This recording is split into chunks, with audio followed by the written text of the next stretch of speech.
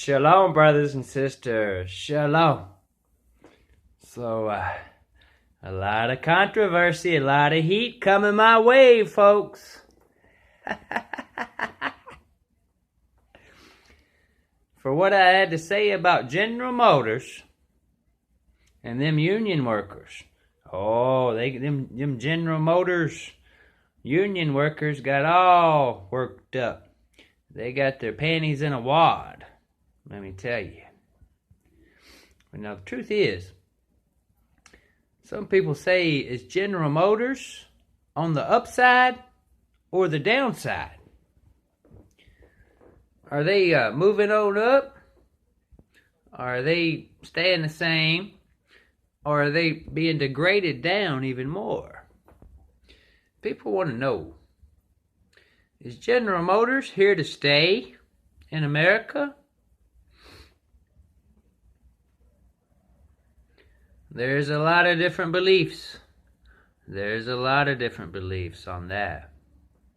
But we have to look at the facts, right? We look at the facts in order to make a final decision.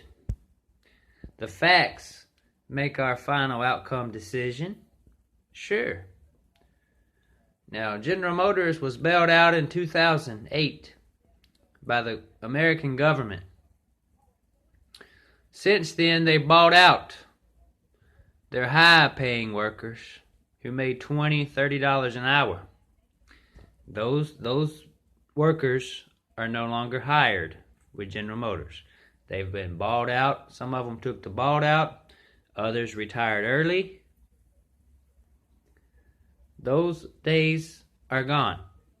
$20, $30 an hour, those days are gone. You can make $12 or $13 an hour starting out. And they'll replace them old school workers with much younger workers, half the age, and pay them half as much money. That's been done. That's been the case for several years now, since 2008, 2009, 2010. For nearly a decade, General Motors has replaced all of its high-paying workers. They're now gone, and they're paying their employees half the wages that was once paid to their employees. They have a union set up in General Motors, the UAW, which I disagree with 100%. Everybody's entitled to their own personal opinion, point of view. But now, inside General Motors, I have friends. I have 3 or 4 people I'm friends with that currently work there at a factory, General Motors factory. And they tell me that they're giving the people who have been working there for 10 or 15 years, they're not quite ready for retirement yet. They didn't qualify to retire yet. At the buyout time, they didn't qualify to be bought out. They didn't have enough years under their belt. So now what they're doing, what they've been doing for the last 4 to 5 years, is the workers who have 10 to 15 years under their belt, 10 or 15 years seniority within the company, working there. What they're doing to them is they're giving them the shit, piss poor jobs, trying to get them to quit, trying to push them on out the door, because they make so much more than someone who's hired in, making $12 an hour, working through a temporary agency.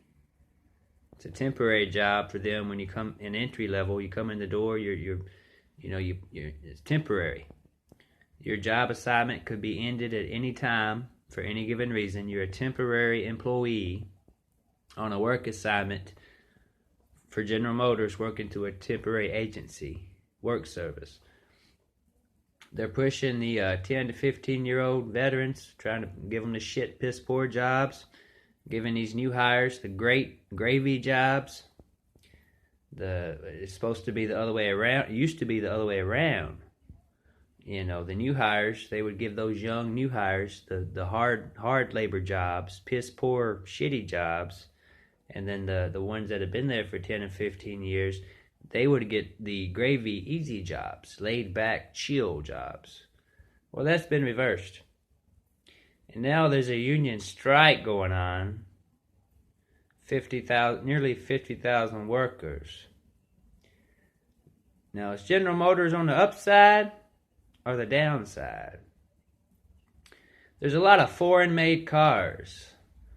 There's Nissan, Toyota, Honda, Hyundai. There's a long, long list of foreign-made vehicles. A lot of them come from Japan. They're Japan designed.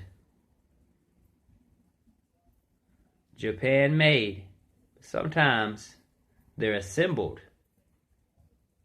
They're Japan made and created, but assembled in the USA.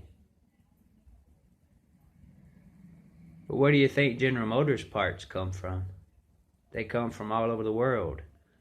It's assembled. It's not General Motors, Chevrolet, American-made vehicles. No such thing. The parts come from all different parts all around the world. It's created in America. A design created. Parts coming from worldwide, different countries, foreign countries, and assembled in America. Now, these foreign-made vehicles are on the rise. More and more people are buying Toyota, Nissan, Hondas, Volkswagen. These foreign-made vehicles continue to rise. Foreign cars continue to rise up. The foreign cars are selling a hell of a lot more quicker than the American-made cars. Is General Motors on the upside, the uptick, or the downside? The competition is fierce with all of these foreign-made cars. And the way General Motors is treating its employees, it makes them want to go on strike. General Motors continues to decline as an American company, an American corporation. It continuously declines a little bit more each and every year. General Motors will not be around forever as an American-made company anymore. Shalom. Shalom.